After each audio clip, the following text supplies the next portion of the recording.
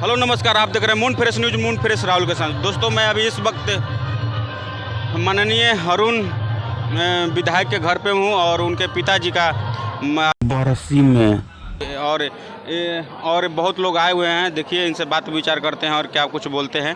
चलिए मिलते हैं, आइए।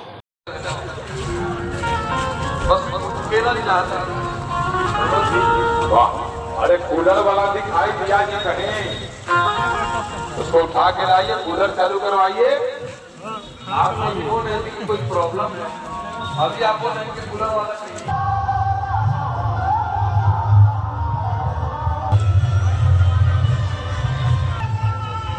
जोर से थोड़ा बोलिएगा।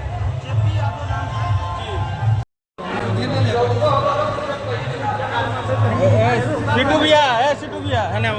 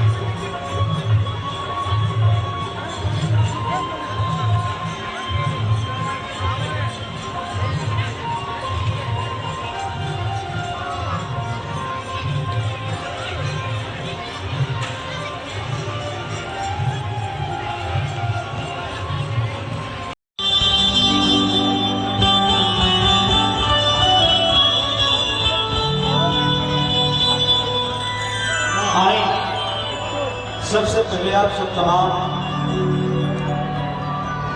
एजा जे भी हमारे गार्जियन कुल बड़े भाई, छोटे भाई और ये मंच पे जे भी अग्रणी धर्मात व्यक्ति जे भी लोग बा, सभी लोग के आप सबके बेटा, आप सबके छोट भाई मनमोहन एजे से पैर छू के आप सबके प्रणाम करते हैं।